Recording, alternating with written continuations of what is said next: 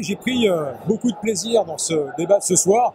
Beaucoup de plaisir d'abord parce que j'avais le sentiment, et j'espère que ce qu'on entendra ce soir me le confirmera, d'avoir des intervenants très engagés, qui croyaient à leur sujet, qui vraiment n'étaient pas venus là par hasard et qui ont fait partager finalement avec l'ensemble de l'auditoire leurs convictions, leurs projets, leurs doutes, et en plus des opinions qui étaient finalement pas forcément convergentes.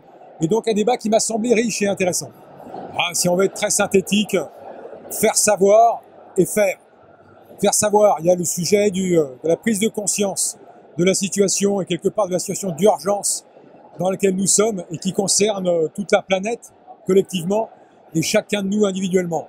Et on a un rôle à jouer, comme nous la CEPAC ce soir, de participer à se faire savoir. Et puis après, faire, démontrer dans l'action, d'où la présence ce soir de chefs d'entreprise. Il y a évidemment matière à être confiant, il y a des choses à faire. On l'a vu dans le logement, beaucoup de choses sont entreprises. Dans la transition énergétique, la CEPAC, c'est 1 milliard de financement par an.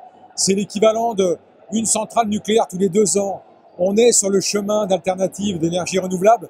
Bref, il faut pouvoir démontrer à l'opinion publique, aux clients, aux consommateurs, qui en plus aujourd'hui consomment du sens et sont finalement très réceptifs à ce type de message, qu'un avenir vert, positif et qui finalement soit garant d'une transformation réussie est possible. En 10 ans, effectivement, ça paraît extrêmement court. On parle d'une transformation radicale de notre société. Le plan carbone nous emmène déjà en 2030, 2050.